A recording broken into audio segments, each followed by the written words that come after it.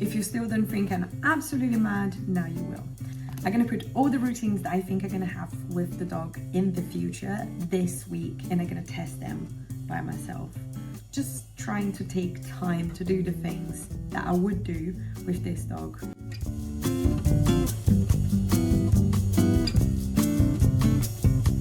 So the routines that we're gonna work on are gonna be feeding, walking, giving medication, playing, grooming, and training. And obviously this is going to be adapted to the dog that I will have, and all of them have different needs, but I'm trying to cover quite a bit here to make sure that I have enough time and that I can adapt to certain things. Today is the first day that I'm testing the routines. Now it's 4 o'clock and I'm coming out for a little stroll to see how it feels like to force myself to leave the house at 4 o'clock when I normally like to be working, very focused. I was planning to do a 30 minutes walk, end up doing 15 minutes because I had to finish something at work, and it's always like this, isn't it? When it's not a priority, we just push it to the side. And yeah, I realized that I wasn't as committed as I wanted. It's 8:30 in the morning. I slept too much. I look like a frog, and I'm outside walking an imaginary dog. That's really weird. But yeah, I feel like I'm gonna have to not do a few of my routines because I overslept. It feels good. Sun is out, beautiful day. Feels really, really, really good. I just wish I woke up a little bit earlier so I didn't have to drop anything else. Today I have a helper. I don't know how much you're gonna help, but I'll make life difficult. Let's see. But we're gonna start the exploration about about the routines, and she's gonna help me to go outside to test the mental stimulation routines, giving food, giving medication, all those schedules. She's gonna help me with that for 4 days. Then after that, I'm gonna have to go by myself, but hopefully she will help and not disturb too much. Oh, it's beautiful.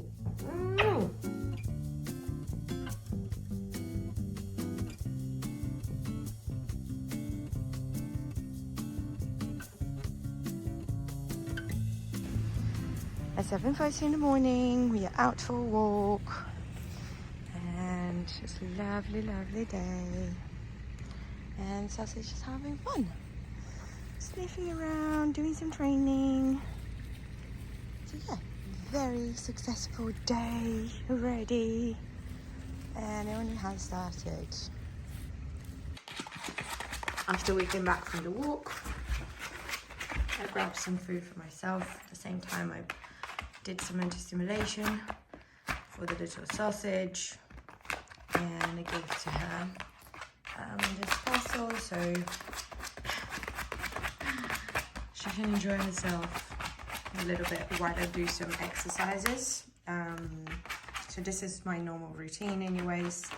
So apart from the walk, nothing different. Didn't even take much time. It was so easy to prepare this. Just put some food inside of the parcel, and now she's gonna be by my side while I do my training. And some of you are gonna ask like, oh, how long gonna take for her to finish that? To be fair with you, that doesn't really matter. I'm doing as easy as possible for her because she doesn't have a lot of mental stimulation at home. So I want her to learn and not get frustrated.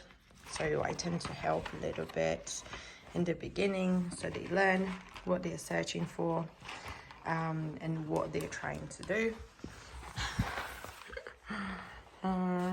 Oh, hold the whole head, you might get stuck. So I find it quite useful to go slowly. And then after that, as soon as she learns, then I don't have to help her anymore. She can do it by herself. And by helping, I don't mean when she gives up, I go there and make it easier. By helping, I mean as soon as she is engaging with the toy, I maybe hold it a little bit or open a little bit the space where the treats are so she can access it. So it's different for every single dog. But it's all about finding the right difficulty. So now she learned. Now she knows how to put her head inside, which is really, really cool. Well done, Sausage. If I wanted to make it a little bit harder, which is not the goal, but if I did, then I could put some tape around it. So she had to destroy the parcel completely to be able to open it. But that's not the idea. The idea is just for her to work a little bit to get her food. And she loves digging. She does that all the time in the carpet or anywhere else. So I know she's enjoying herself because of that. When she gets frustrated as well, she looks at me and kind of whines, or there is other signs that she shows when she is frustrated. So for her, this is a very rewarding game, as you can see.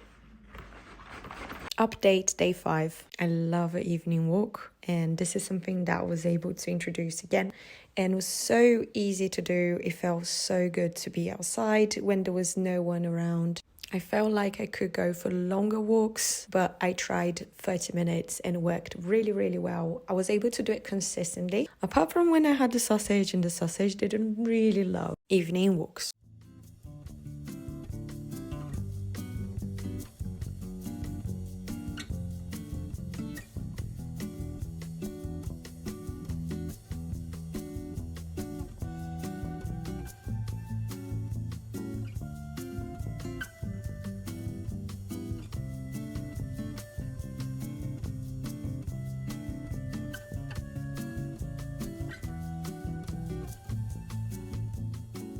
So now I don't have any dogs at home anymore, and it's so hard to keep a routine, right?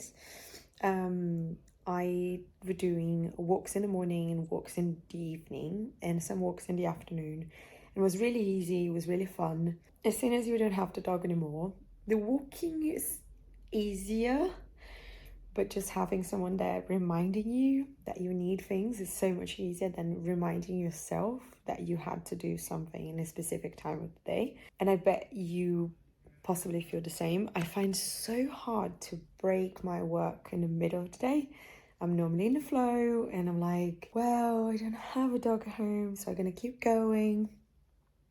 And creating this habit of stopping my work in the middle of the day was the most difficult part. And with the walks, I'm gonna make sure I continue them because they made me feel so good. And just broke something like a resistance of going outside and doing stuff for myself that was really, really helpful. So definitely gonna keep that routine while I don't have a dog, and keep trying to create those pauses in the middle of the day. I definitely recommend people that are thinking about having a dog to do this as well, to get into a routine before you get the dog, because otherwise it becomes heavy. Your dog becomes a routine that is forcing you to do things and not you choosing to do them and having a nice companion.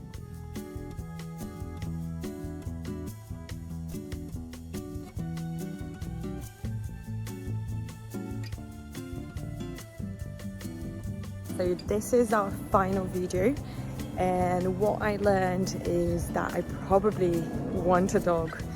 And also another thing that I learned is I probably can get a dog that is more energetic than I thought, because I'm probably gonna walk this dog two times in the day, and my partner probably gonna walk this dog once per day. So kind of allows me to have a dog that has more energy. which I was quite scared about in the beginning. So if you like this, then follow and subscribe, because most likely we will have more series about how to choose a breeder and how to choose a dog and temperaments, and I think you're gonna love it. I'll see you soon. Bye.